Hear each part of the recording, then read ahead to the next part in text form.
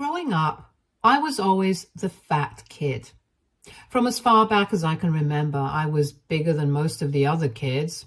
In kindergarten, while my classmates were just starting to figure out what made them unique, my size had already singled me out. And as I got older, the weight I carried only grew more noticeable. By the time I was in high school, I was undeniably overweight, and my shape and size became a constant reminder that I was different. College wasn't much different. While some of my peers began to discover who they were or explore new sides of themselves, I remained wrapped in that same identity, overweight and sometimes struggling with it. Being the bigger kid wasn't easy. It opened me up to constant teasing, mockery, and hurtful comments from those who didn't know or didn't care to understand me. Growing up, I was bullied more than I like to remember. Classmates made fun of me relentlessly. Their words chipped away at me, leaving deep insecurities and self-doubt that at times felt impossible to shake. They'd call me names and make rude jokes, and I would often be the punchline. I was always singled out, like I was somehow less deserving of kindness or friendship. I was constantly left out of games, parties, gatherings. It felt like I was always on the outside, watching everyone else experience the normal ups and downs of childhood and adolescence from a distance I couldn't cross. These years of bullying affected how I saw myself and shaped how I responded to the world.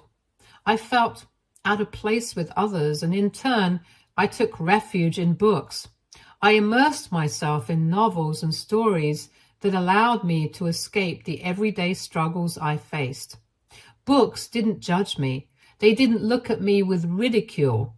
I became known as the nerd, and honestly, I didn't mind it nearly as much. Compared to me, my younger sister Bonnie was completely the opposite. Just a year younger than me, she was born with this effortless charisma that drew people to her. While I was quieter and more reserved, Bonnie thrived in social settings. She had a magnetic personality. She could walk into a room and within moments have everyone smiling, laughing, and completely enchanted by her.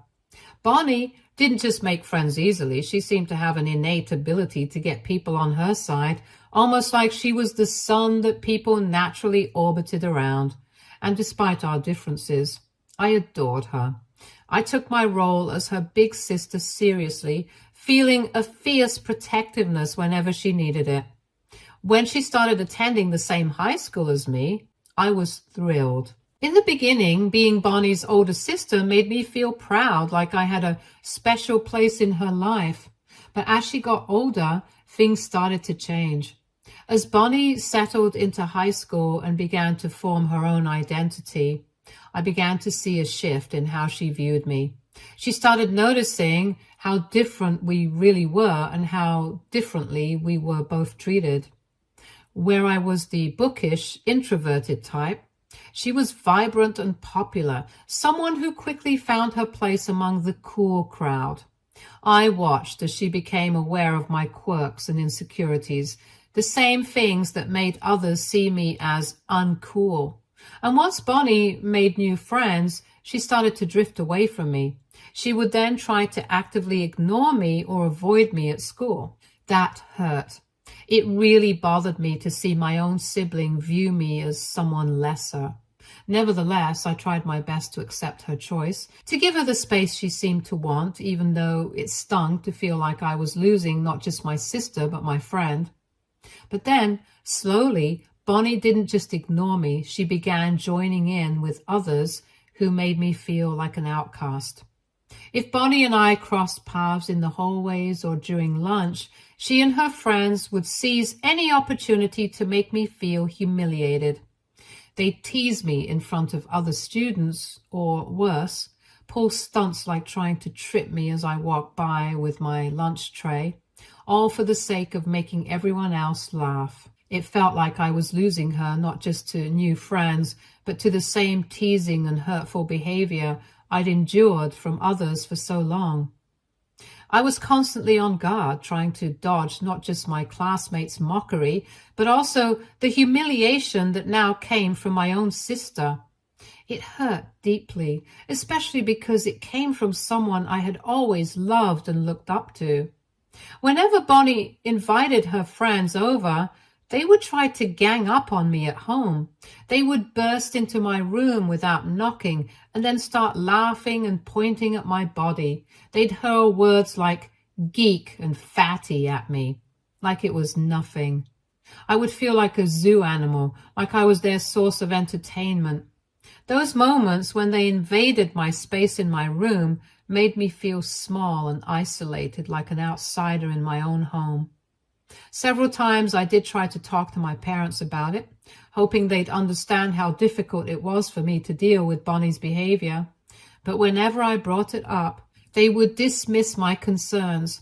They'd smile and justify her behavior, saying that this was how siblings bonded with each other, that Bonnie was simply playing around with me. They assured me it was harmless, even going as far as to say that I should loosen up and not take everyone's taunts so seriously. They reminded me that I was older and therefore should have more patience, more resilience. So not only did I enjoy years of bullying from my classmates, including my own sister, but my concerns were also constantly dismissed by my parents. It made me feel alone, as though no one in my own family truly saw or understood how much it hurt. The only time I ever felt truly noticed by our parents was when it came to my grades.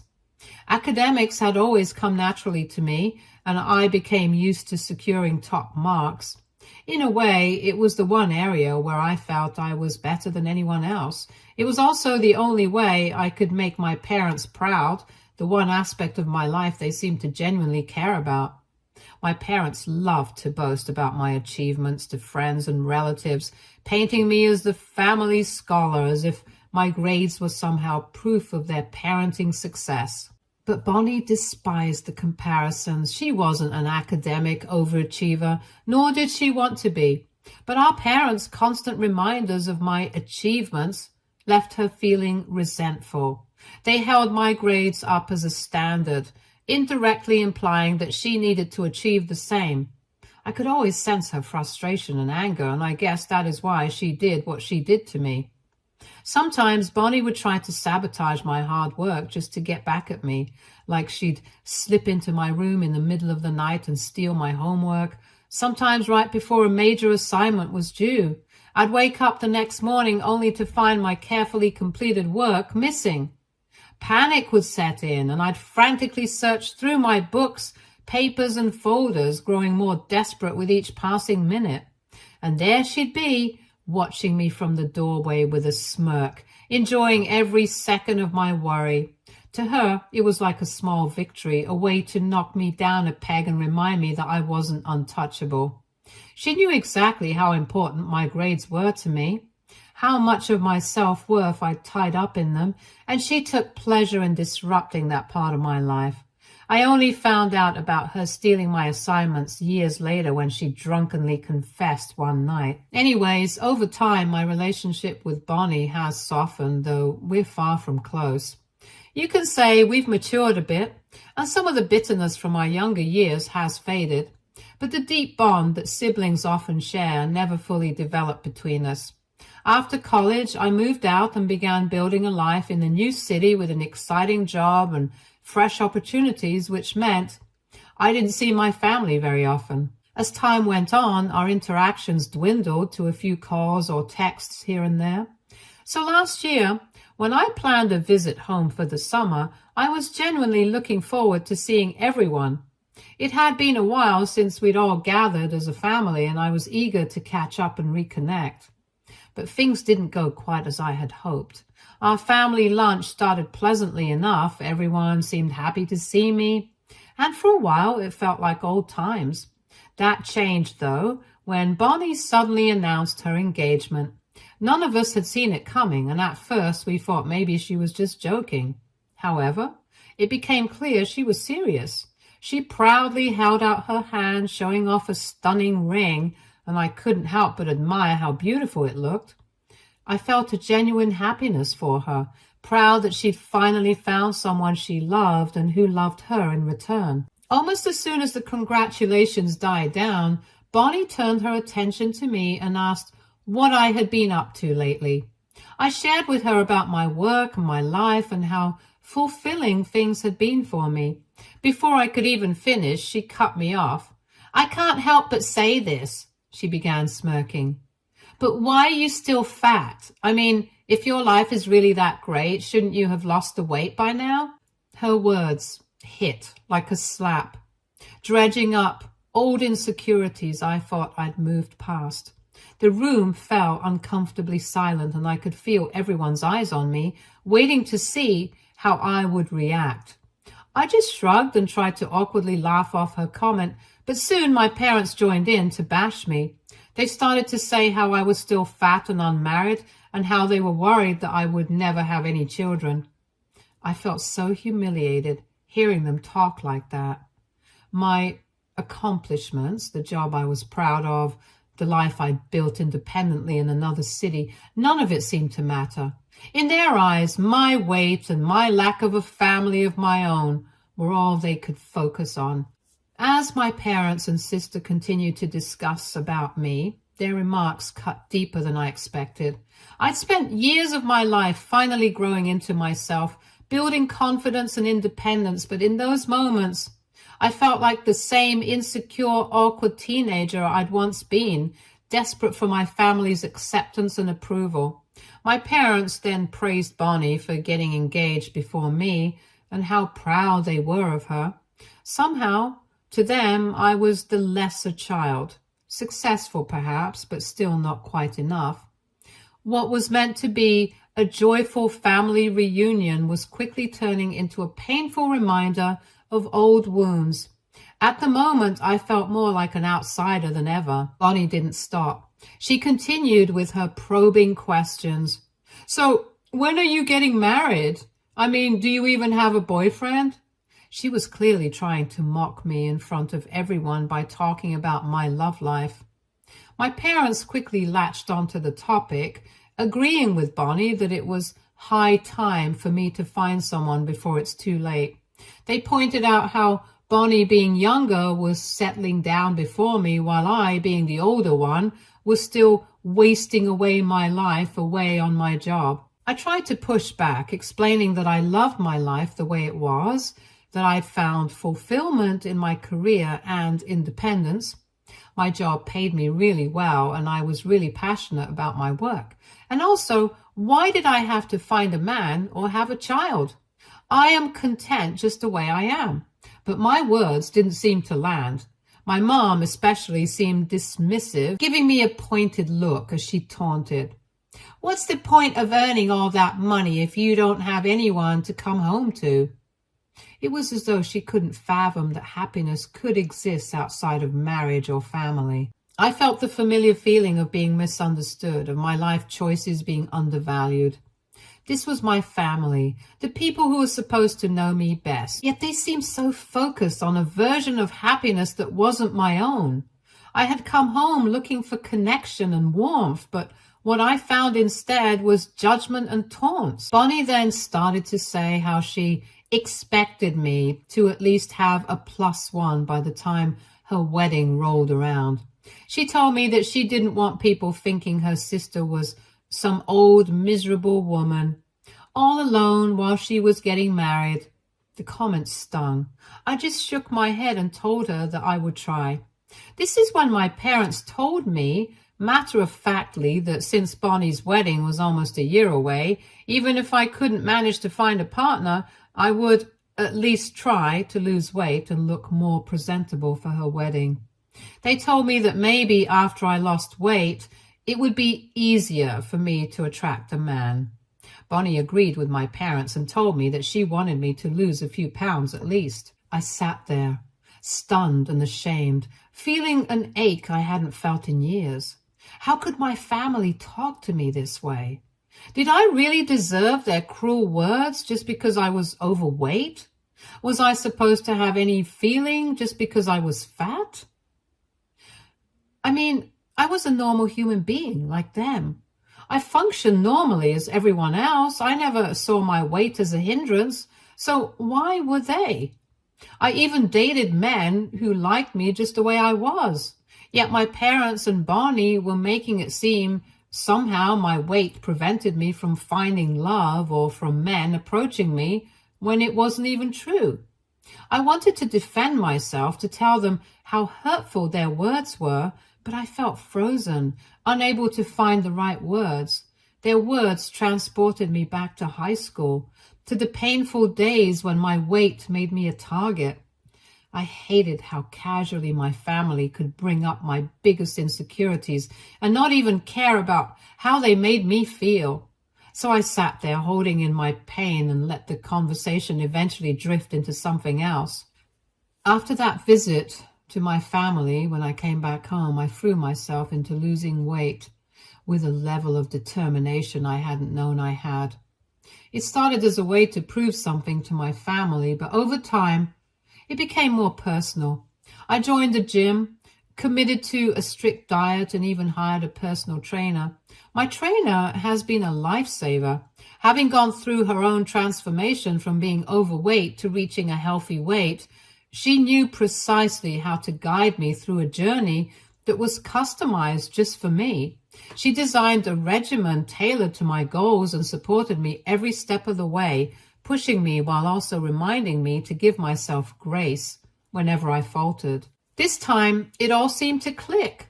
I began to lose weight steadily, and as the pounds came off, I felt lighter. Not just physically, but emotionally too. For the first time in my life, I started to feel and look different. My confidence shot up immediately. I used to think that losing weight wouldn't have that big of an impact, but it truly has. People view me differently now. Strangers are kinder, more attentive. Friends and colleagues see me with a new respect, and I can't deny that this feels like a kind of validation I'd never experienced before. It's as if I've suddenly become visible in a way I hadn't been. With my new body came a new sense of style. I changed my entire wardrobe, filling it with clothes I'd only dreamed of wearing. I even went for a complete hair makeover, trying a style that's bold and modern, one I would have been too shy to attempt in the past. Maybe it sounds extravagant, but I've never felt this good. I look in the mirror now and I hardly recognize the person staring back. It's like meeting a version of myself I never knew could exist. I'm proud of how far I've come, not just because of the weight loss, but because of the confidence and self-assurance that's come with it. Anyways, since Bonnie's wedding is now 2 weeks away, my family has asked me to fly down and join them for lunch next week so they can discuss some final plans for her wedding. However, I don't feel like going home. I don't want my family to taunt me again and make me feel small, especially after I've finally started feeling good about myself for the first time in a long while. I don't even want to attend Bonnie's wedding anymore after the way she and my parents have treated me. But I know that if I don't go, they'll be really upset and give me a long lecture about how family is family, and no matter how hurt I feel, I should be there for Bonnie's big day. So I just want to know, AITA, if I don't attend my sister's wedding? Update 1. Wow, I'm overwhelmed by everybody's reaction. Some of your suggestions are honestly hilarious. I can't believe you're actually encouraging me to show up and mess with my sister now that I've lost all this weight. Growing up as the fat kid really messed with my self-esteem, especially when it came to how I saw myself. I struggled with self-doubt for a long time, always feeling like I wasn't good enough or didn't measure up to others. But reading all your comments has been a game changer. It's like you've helped me see myself in a whole new way, and I'm finally starting to feel more confident than I ever have. In fact, I'm now seriously thinking about showing up to my family's lunch and surprising everyone. They haven't seen me in so long, and since I'm not on social media, they have no idea about the weight I've lost. It would be interesting to see how they react. Update 2. Okay, Reddit, you all are not ready for this update. Grab your popcorn because this is about to get good. I decided to fly down to attend my family's lunch as I had updated before. I thought when they saw me, they would be proud of the transformation I'd undergone since, after all, they had been the ones to actually push me towards it in the first place. Surely they'd be thrilled to see the positive changes in me and finally acknowledge the hard work I'd put in. The moment I stepped inside my parents' home, their jaws quite literally dropped. They stared at me stunned, almost as if they couldn't quite believe I was the same person. After a moment, they stammered, asking if it was really me. I gave them a warm hug, feeling pleased by their reaction. They complimented my appearance repeatedly, telling me how lovely I looked and how they can't believe it's really me. However, when Bonnie arrived, things took a different turn. She didn't even notice me at first, ignoring me as if I were invisible, much like she'd done so many times in the past. But when I stood up to greet her, she did a double take. Her eyes widening in surprise, she let out a strange, almost forced laugh before reaching over and pressing her fingers against my stomach, wide-eyed as though she needed proof that I had really lost all that weight. My parents laughed at her reaction and told her how they couldn't believe it either at first. As we settled into lunch, the conversation revolved around my transformation. Bonnie and my parents peppered me with questions about how I'd managed it, marveling repeatedly at how different I looked. There was a sense of disbelief in their voices, as if they'd never truly thought I could look any other way. Bonnie especially kept repeating how she never expected me to change so drastically after losing weight.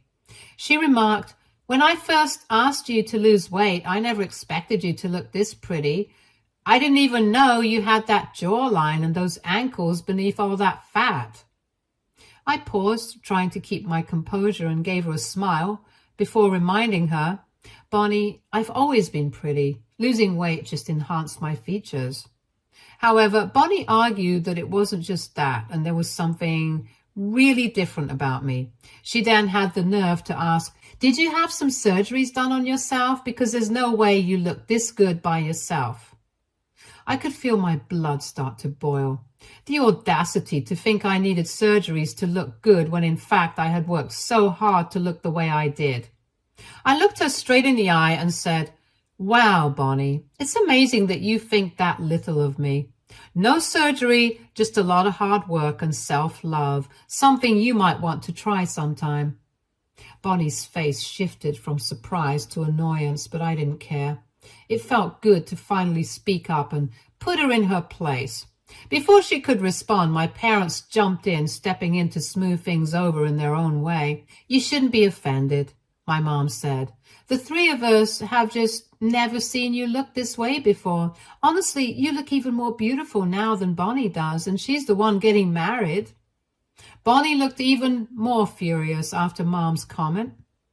I just simply ignored her and focused on my lunch, letting my sister seethe in her anger. Then my mom chimed in. "You know, I was thinking maybe you should go back to your original hair color. I think you'd look even better with your natural shade. This blonde look makes you stand out too much. Maybe you should just go back to your old look." Bonnie and my dad immediately agreed with her. My dad supported my mom, adding that Bonnie was always the blonde daughter of the family, and I was the brunette, so it would be a good idea for me to go back to my original hair color, as it might make me look more like myself. Hearing their words, I was taken aback. I suddenly started to feel like the three of them were ganging up on me and trying to put me down. My hairstylist had been the one who changed my hair color to blonde because it suited my skin tone and face better. It had nothing to do with trying to stand out or overshadow my sister.